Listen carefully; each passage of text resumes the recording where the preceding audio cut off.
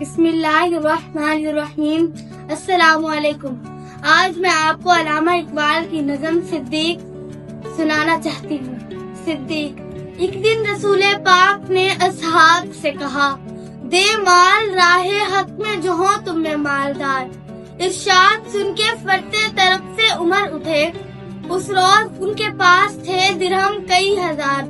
دل میں یہ کہہ رہے تھے کہ صدیق سے ضرور بڑھ کر رکھے گا آج قدم میرا راہوار۔ لائے غرض کے مال رسول امی کے پاس، ایثار کی ہے دستے نگر ابتدائے کار۔ پوچھا حضور سرور عالم نے، اے عمر، اے وہ کہ جوش حق سے تیرے دل کو ہے قرار۔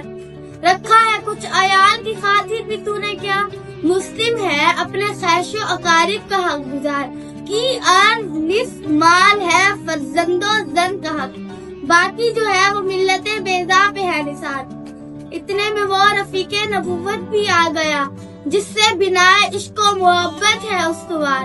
لے آیا اپنے ساتھ وہ مرد وفا سرشت، ہر چیز جس سے چشم جہاں میں ہو اعتبار۔ مل کے یمین و درہم و دینار و رفت و جنس، اسب قمر سم و شتر و وقاتر و حمار۔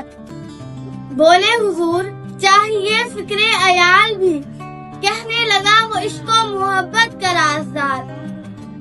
اے تجھ سے دیدہ ماں انجم فروغ گیر، اے تیری ذات باعث تکوین روزگار۔ پروانے کو چراغ ہے بلبل کو پھول، بس صدیق کے لیے خدا کا رسول بس۔